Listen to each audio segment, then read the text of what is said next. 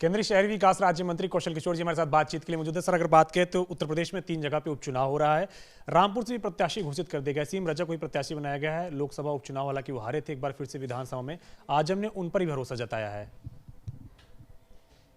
देखिए, अब उत्तर प्रदेश में जो भी चुनाव हो रहे हैं उसमें एक तो माननीय मुलायम सिंह जी की सीट खाली हुई, उस पर चुनाव है। रामपुर वाली सीट पे तो इसलिए खाली हो गई कि जो बातचीत करने के तरीका और जो लहजा और जो शब्द यूज करते थे या करते हैं आजम खान जी, उस पर जो है कोर्ट ने निर्णय लिया और उस सीट को खाली कर देने का काम किया। उनके खिलाफ कार्रवाई हो गई। निश्चित तरीके से लीडर, अगर कोई भी नेता है, अगर वो संसदीय भाषा का नहीं प्रयोग करेगा, अगर वो अब शब्द बोलेगा तो फिर समाज में इससे अपराध बढ़ते हैं और अराजकता पैदा होती है। मैं समझ रहा हूँ रामपुर के वो मतदाता जो लोग अराजकता पसंद नहीं करते, गुंडागर्दी पसंद नहीं करते, जो सभ्यता पसंद करते हैं और संस्कारिक भाषा पसंद करते हैं, उस सब निश्चित तरीके से बीजेपी को वोट करेंगे और कमल का बटन दबाएंगे। भारतीय जनता पार्टी को, प्रत्याशी को जिताने का काम करेंगे वो। सर, इस उपचुनाव में ना तो कांग्रेस लड़ रही है ना तो बसपा लड़ रही है। सपा गठबंधन और भाजपा के बीच में सीधा मुकाबला है। लग रहा है कि आप मैनपुरी और रामपुर जैसे सीट को जीतने में कामयाब हो पाएंगे। निश्चित तरीके से मतदाताओं के अंदर ये बात बैठ गई है और मुसलमान मतदाताओं के अंदर भी ये बात बैठी है।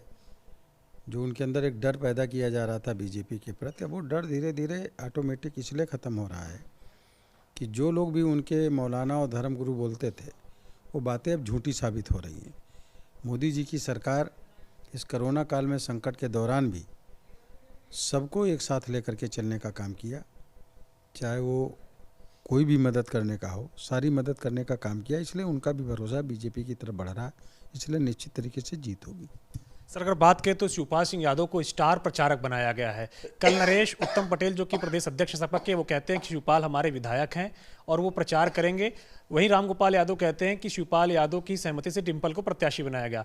लेकिन इसके पहले देखा गया था अतीत में कि शिवपाल यादव को जब सपा की बैठक होती थी उसमें बुलाया नहीं जाता था। इसके अलावा अगर बात करें तो शिवपाल सिंह यादव के लिए खत भी लिखा गया था कि जहां पे सुविधाजनक समझे वहां चले जाएं।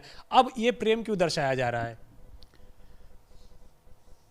3 बार तो सार्वजनिक तरीके से बेइज्जती शिवपाल जी की गई है अखिलेश जी के द्वारा। बाकी उनके समझ में आ गया होगा कि मेरे अकेले बस का नहीं है, इसलिए शिवपाल जी को मान मनोबल करने का काम कर रहे हैं और स्टार कैंपेनर बनाने के लिए घोषणा कर दी। उनकी सहमति से बनाया गया होता तो वो सहमत होते। उनकी सहमति से बनाने का मतलब क्या, उनकी सहमति लेने का क्या मतलब, जब आपने कहा जहाँ मर्जी वो चले जाए? तो ये तो लोगों को ब्लफ देने का, धोखा देने का काम कर रहे हैं। उनकी बात गलत है, वो गलत बयानी करने का काम कर रहे हैं। लेकिन शिवपाल जी को ये खुद समझना है कि जो व्यक्ति उनको 3 बार धोखा दिया और जो व्यक्ति अपने बाप से, पिताजी से राष्ट्रीय अध्यक्ष का पद छीन करके अपने पास रख लिया, वो उनके कैसे हो सकते हैं? अगर उनको अपना राजनीतिक करियर बनाना है तो उनको सोच समझ करके निर्णय लेना चाहिए।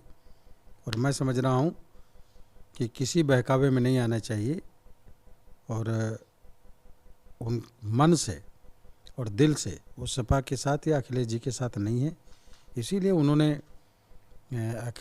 शिवपाल जी का बयान भी आया था कि अखिली समाजवादी हम ही हैं। सर, नामांकन में भी वो नहीं गए हैं डिम्पल यादव के। अगर प्रचार के लिए नहीं उतरते हैं तो क्या आपको लगता है कि मुश्किलें होगी डिम्पल के लिए? निश्चित तरीके से मुश्किलें हैं और इसीलिए वो अखिलेश जी घर घर जाने का जो दौड़ा करने का काम कर रहे हैं। शिवपाल जी का एक प्रभाव है। देखिए, माननीय मुलायम सिंह यादव जी पार्टी के राष्ट्रीय अध्यक्ष रहते थे, बहुत आसानी से लोग शिवपाल जी से लोग मिल लेते थे। तो शिवपाल को तो मैंने देखा लखनऊ में तमाम लोग उनको जो है, जो नई पीढ़ी के लड़के थे, उनको शिवपाल चाचा, शिवपाल चाचा, चाचा चाचा कह के करते थे।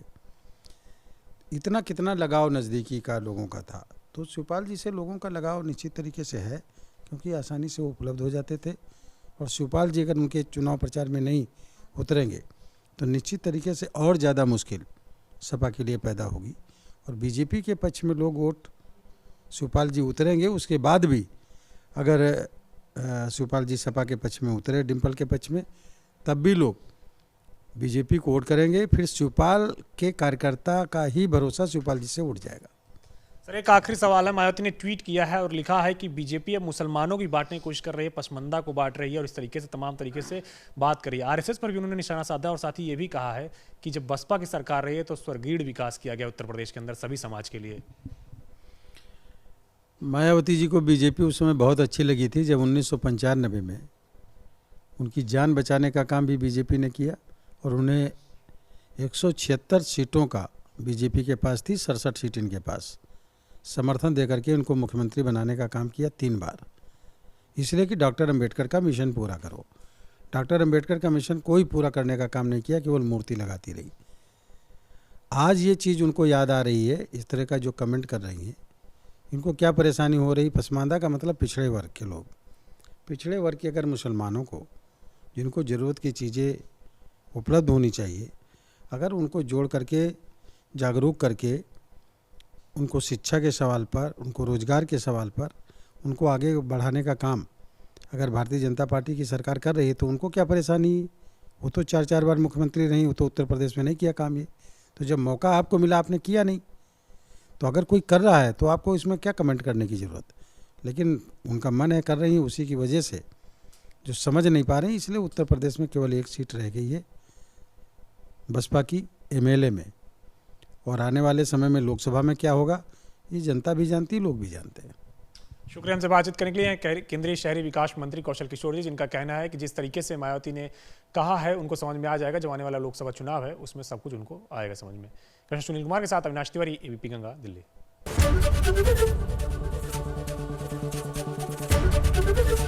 एबीपी गंगा, खबर आपकी, जुबान आपकी।